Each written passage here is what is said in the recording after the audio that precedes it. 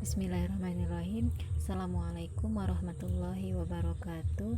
Saya Munmaina dengan NIM 208180009, kelas 6A, program studi tadris matematika, Fakultas Tarbiyah dan Keguruan, Universitas Islam Negeri Sultan Toha Saifuddin Jambi. Di sini saya akan mempresentasikan proposal saya yang berjudul Pengaruh Penerapan Metode Pembelajaran Probing Prompting terhadap hasil belajar matematika siswa kelas 8 Madrasah Tsanawiyah Nurul Islam Baimulincir. Masuk ke bab 1, itu ada latar belakang masalah, identifikasi masalah, batasan masalah, rumusan masalah, tujuan penelitian, dan manfaat penelitian. Yang pertama, latar belakang masalah. Dalam proses pembelajaran, peran aktif guru dan siswa sangat diperlukan. Dari hasil observasi awal di kelas 8 Madrasah Tsanawiyah Nurul Islam Baimulincir ini masih menggunakan model pembelajaran satu arah, sehingga masih banyak siswa yang memperoleh nilai di bawah KKM. Untuk itu, diperlukan model pembelajaran yang dapat memperbaiki hasil belajar siswa. Salah satunya model pembelajaran probing prompting. Berdasarkan permasalahan, penulis melakukan penelitian pengaruh penerapan model pembelajaran probing prompting terhadap hasil belajar matematika siswa kelas 8 Madrasah Tsanawiyah Nurul Islam Baimulincir. Yang kedua, itu identifikasi masalah. Yang pertama, proses pembelajaran cenderung berpusat kepada guru. Yang kedua, terdapat beberapa siswa yang kurang terfokus pada materi saat pembelajaran sedang berlangsung. Yang ketiga, siswa merasa bosan pada saat pembelajaran berlangsung. Yang keempat, siswa kurang memperhatikan materi yang guru sampaikan di depan kelas. Yang kelima, hasil belajar matematika siswa rendah. Selanjutnya, batasan masalah. Dalam penelitian ini, subjek dalam penelitian ini adalah siswa kelas 8 Madrasah Tsanawiyah Nurul Islam Baimulincir. Objek yang akan diamati adalah metode pembelajaran probing prompting dan hasil belajar siswa kelas 8 Madrasah Tsanawiyah Nurul Islam Baimulincir. Kemudian hasil belajar siswa yang akan diamati dalam penelitian ini yaitu hasil belajar dalam ranah kognitif. Kemudian rumusan masalah dalam penelitian ini yaitu apakah terdapat pengaruh penerapan metode pembelajaran probing prompting terhadap hasil belajar matematika siswa kelas 8 Madrasah Tsanawiyah Nurul Islam Baimulincir. Tujuan penelitiannya yaitu untuk mengetahui pengaruh penerapan metode pembelajaran probing prompting terhadap hasil belajar matematika siswa kelas 8 Madrasah Tsanawiyah Nurul Islam Baimulincir. Kemudian manfaat penelitian. Manfaat teoritis penelitian ini diharapkan bisa memberi manfaat dalam memperkaya ilmu pengetahuan tentang pentingnya sebuah metode pembelajaran probing prompting untuk meningkatkan hasil belajar matematika siswa. Manfaat praktis yang pertama bagi peneliti yaitu untuk menambah wawasan dan pengetahuan peneliti tentang faktor-faktor yang mempengaruhi hasil belajar siswa. Kemudian bagi siswa, penelitian ini diharapkan bisa menjadi sebuah saran dan motivasi bagi siswa untuk memaksimalkan hasil belajar siswa. Kemudian bagi guru, penelitian ini diharapkan agar guru lebih bisa memperhatikan, mengawasi, dan membimbing siswa dalam hal proses belajar mengajar. Selanjutnya masuk ke bab 2, itu ada kajian teori, penelitian relevan, kerangka pikir, dan hipotesis penelitian. Yang pertama, kajian teori. Di sini akan membahas tentang metode pembelajaran probing prompting dan hasil belajar matematika. Yang pertama, metode pembelajaran probing prompting. Menurut Jacobsen, metode probing prompting adalah suatu metode pembelajaran dengan menyajikan serangkaian pertanyaan yang sifatnya menuntun dan menggali sehingga terjadi proses berpikir yang mengaitkan pengetahuan setiap siswa dan pengalamannya dengan pengetahuan baru yang sedang dipelajari. Metode ini digunakan agar dapat membantu siswa mengingat apa yang telah mereka baca serta meningkatkan pemahaman dan hasil dari suatu pembelajaran. Yang kedua, hasil belajar matematika.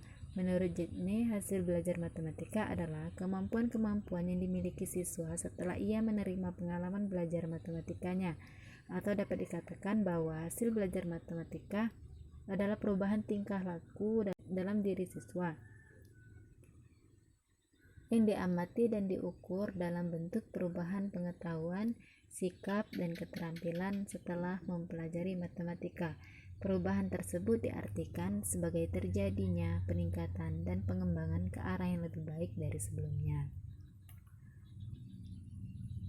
Selanjutnya, langkah-langkah pembelajaran problem prompting dan kelebihan pembelajaran problem prompting.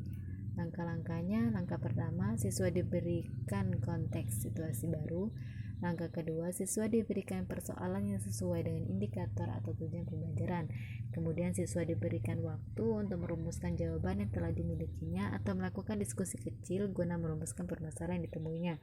Kemudian salah satu siswa ditunjuk untuk menjawab pertanyaan.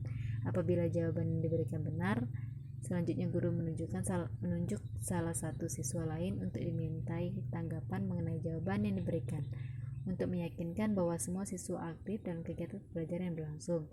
Kemudian siswa diberikan pertanyaan akhir yang berbeda untuk mengetahui tujuan pembelajaran atau indikator yang telah dibuat bisa dipahami oleh seluruh siswa.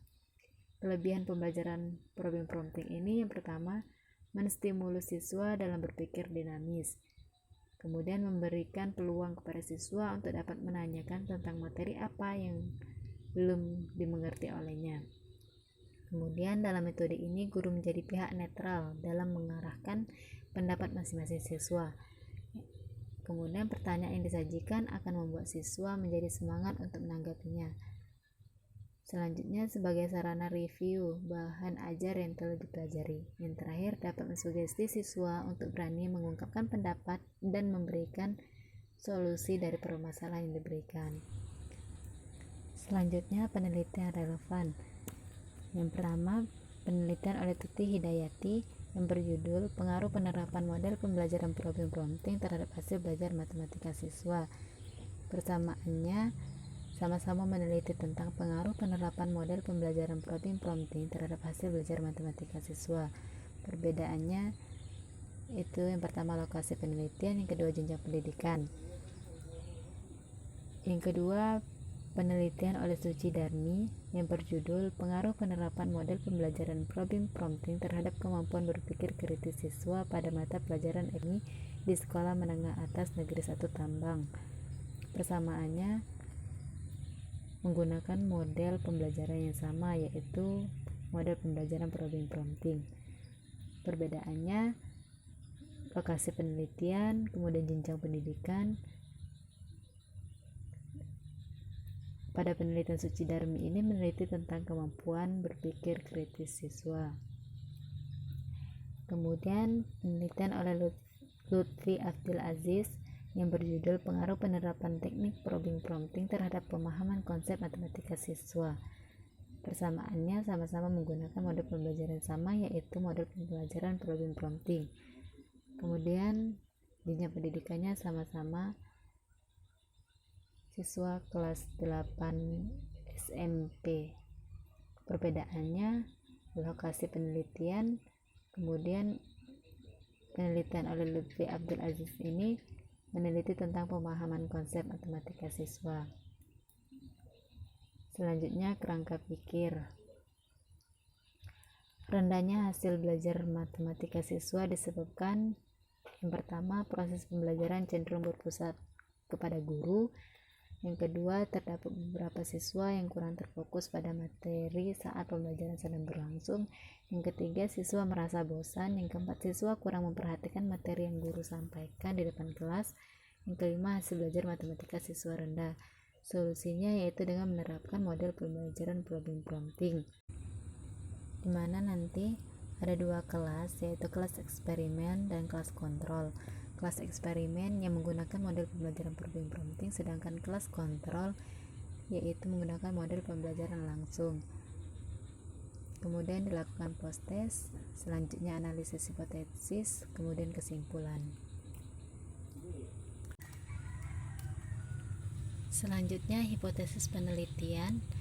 Hipotesis penelitian ini yaitu ada pengaruh yang signifikan dalam penerapan metode pembelajaran problem prompting terhadap hasil belajar matematika siswa kelas 8 Madrasah Tsanawiyah Nurul Islam Bayang Mencir. Kemudian bab 3, metode penelitian. Yang pertama, tempat penelitian Madrasah Tsanawiyah Nurul Islam Bayang Lincir, waktu penelitian semester ganjil tahun ajaran 2020-2021. Yang kedua, metode penelitian eksperimen, desain penelitian post-test only control design. Yang ketiga, populasi penelitian siswa kelas 8 Madrasah Tsanawiyah Nurul Islam Bayang Lincir, teknik pengambilan sampel, teknik cluster random sampling. Yang keempat, variabel bebasnya, metode pembelajaran problem prompting, variabel terikatnya hasil belajar matematika. Yang kelima, instrumen penelitian yaitu tes. Yang keenam, teknik analisis data, yaitu yang pertama uji normalitas dan homogenitas, kemudian dilanjutkan dengan hipotesis. Itulah tadi presentasi dari saya. Terima kasih. Wassalamualaikum warahmatullahi wabarakatuh.